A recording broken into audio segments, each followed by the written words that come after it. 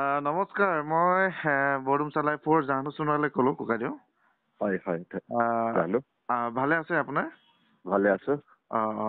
তাকে কথাটো হ'ল কি আপোনালোকৰ প্ৰতিবাদৰ ফলস্বৰূপে অসমমালাই এতিয়া যি প্ৰাপ্য মূল্য যিসকল লোকক ইতিমধ্যে মাটিৰ পইচা আৰু ফচলৰ পইচা দিয়া নাছিলে, তেখেতলোকে মাটিৰ পইচা আৰু ফচলৰ পইচা পাইছে বুলি শুনিছো। আচলতে কথাটো কিমান দূৰ সঁচা? মোৰ ওচৰলৈকে কেইবাজনেও আমাৰ আন্দোলনৰ ভুক্তভোগী ৰাইজৰ ভালে কেইজনে কল কৰিছে। হয়। মোবাইল ফোনেৰে কল কৰি জনাইছে যে তেওঁলোকৰ যিটো প্ৰাপ্য সেয়া সোমাইছে বুলি কৈছে, মেছেজ আহিছে বুলি কৈছে। হয়।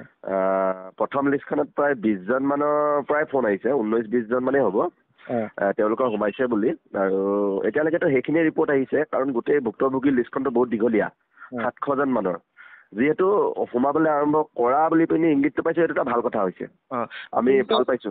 আচলতে সেই 30 তাৰিখে আপোনালোকে বিশালভাৱে 2খন গেট বন্ধ কৰি দিয়া কৈছিল। অসম অৰুণাচলৰ বৰডুমচাৰ গেট আৰু ডিৰাকৰ যিখন গেট, সেইখন বন্ধ কৰি দিয়া এটা আপোনালোকে পদক্ষেপ লৈছিলে। আচলতে ইয়াৰ ভয়ৰ বাবে এই ফল লাভ কৰিছে বুলি আপুনি ক'ব বিচাৰে নেকি? সেই বুলি নহয়, আমিতো আন্দোলনটোতো কৰিলোহেঁতেন, এইটোতো চিয়ৰ। আৰু আগে পিছে আমি আন্দোলন কৰিয়ে আছো, কৰিব লগা হ'লে আকৌ কৰিম। কথাটো হৈছে তেওঁলোকৰ দায়িত্ব আছিলে ভৰাই দিয়াটো, ভৰাই দিয়া তেওঁলোকৰ দায়িত্বটো তেওঁলোকে দায়িত্ব কৰিছে। আৰু দায়িত্বটো অনতিপলমে শেষ কৰিব লাগে। তেওঁলোকে যদি শেষ নকৰে, এতিয়াও আমি কোনোবা এখিনিত হুংকাৰ দিছো যে খুব সোনকালে আমি য'ত আন্দোলনটো ৰবলৈ গৈ আছে, যে 2খন গেট বন্ধ কৰাৰ যিটো বাৰ্তা আমি মেছেজ এটা এৰিছিলো ভুক্তভোগী ৰাইজক লগত লৈ, আমি সেই কাৰবাৰটোও কৰিম। তাৰ বাহিৰে আৰু বেলেগ আমাৰ গন্তব্য নাই।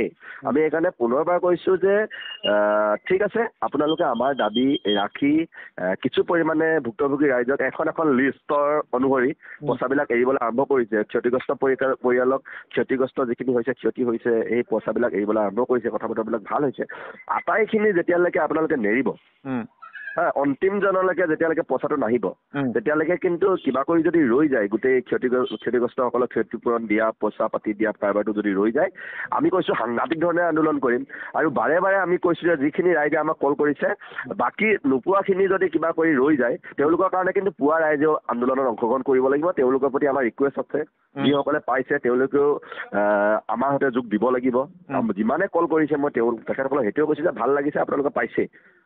সমান্তৰালভাৱে নোপোৱাখিনিৰ কাৰণে যদি ফাইট কৰিব লগা হয়, আপোনালোকে কিন্তু আমাৰ লগত থাকিব লাগিব। এই বাৰ্তাটো আপোনালোকৰ বৰডুমচা লাইফৰ জৰিয়তে দিব বিচাৰিছো। হয়। আচলতে মই এটা কথা ক'লো যে ফচল আৰু মাটিৰ মূল্য, প্ৰকৃততে কিহৰ মূল্য দি আছে এইটো? তেওঁলোকৰ মতেতো এইটো মাটিৰ ফচল বা গৃহ, যাৰ ঘৰ ভাগিছে, এই আটাইবিলাকৰ যিটো ক্ষতিপূৰণ হয়, আটাইবিলাক একেলগে কৰি এককালীন এটা সাহায্য এটা তেওঁলোকে কৰিছে। এই কথাটোৱে আমি গম পাইছো।